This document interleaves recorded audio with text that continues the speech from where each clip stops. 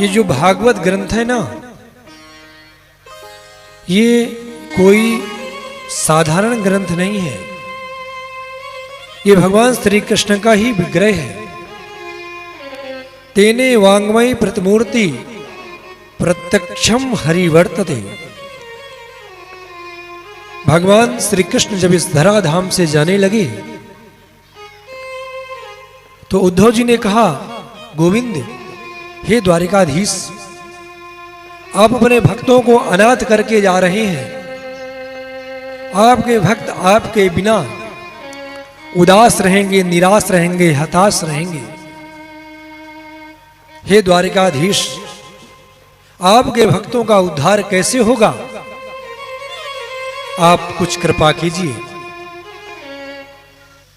तो महाराज भगवान श्री कृष्ण ने कहा उद्धव से कि उद्धव, और भी मेरे जितने अवतार हुए हैं, सभी अवतारों में मैंने लीला को संपन्न कर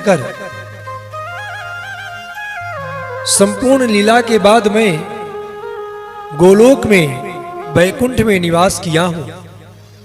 लेकिन इस अवतार के बाद अब मैं गोलोक, वैकुंठ, साकेत नहीं जाऊंगा। अब मैं भागवत में ही आकर समाहित हो जाऊंगा।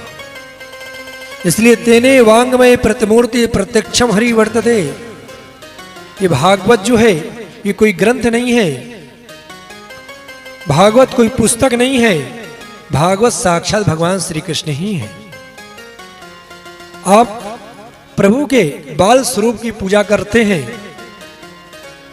उसी प्रकार से यदि आपने भागवत की पूजा की है, यदि आपने भागवत श्रवण की है, या आपके घर में भागवत रखी हुई है, तो सच कहूं प्यारे, आपके घर में साक्षात भगवान श्री कृष्ण का ही निवास है।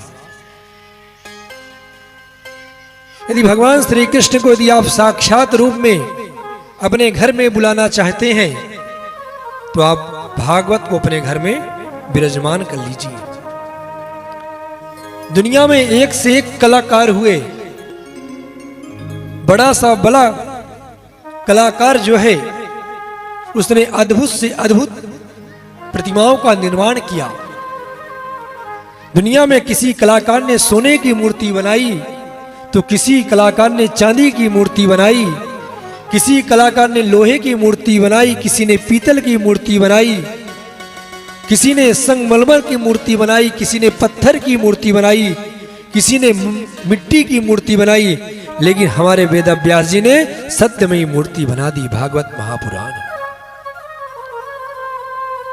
दुनिया में किसी भी मूर्ति में भगवान को स्थापित करने के लिए आपको काशी से ब्राह्मणों को बुलाना पड़ेगा। जैसे आपके ग्राम में, आपके घर में मां जगत जननी पराम्बा जगदम्बिका दुर्गा की स्थापना, मां भगवती की स्थापना का कार्य चल रहा है।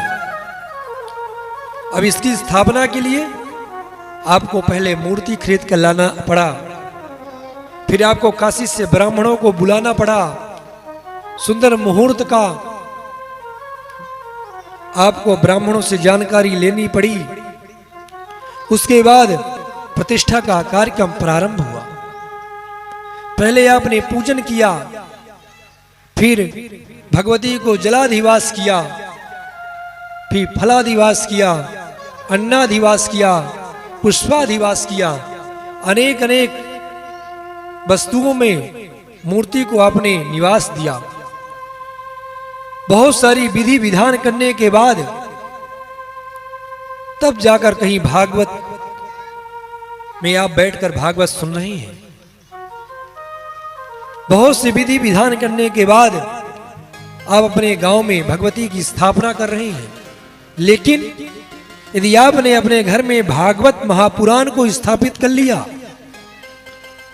भागवत रूपी ग्रंथ यदि आपने अपने घर में रख लिया, तो आपने साक्षात भगवान श्री कृष्ण को ही विराजमान कर लिया।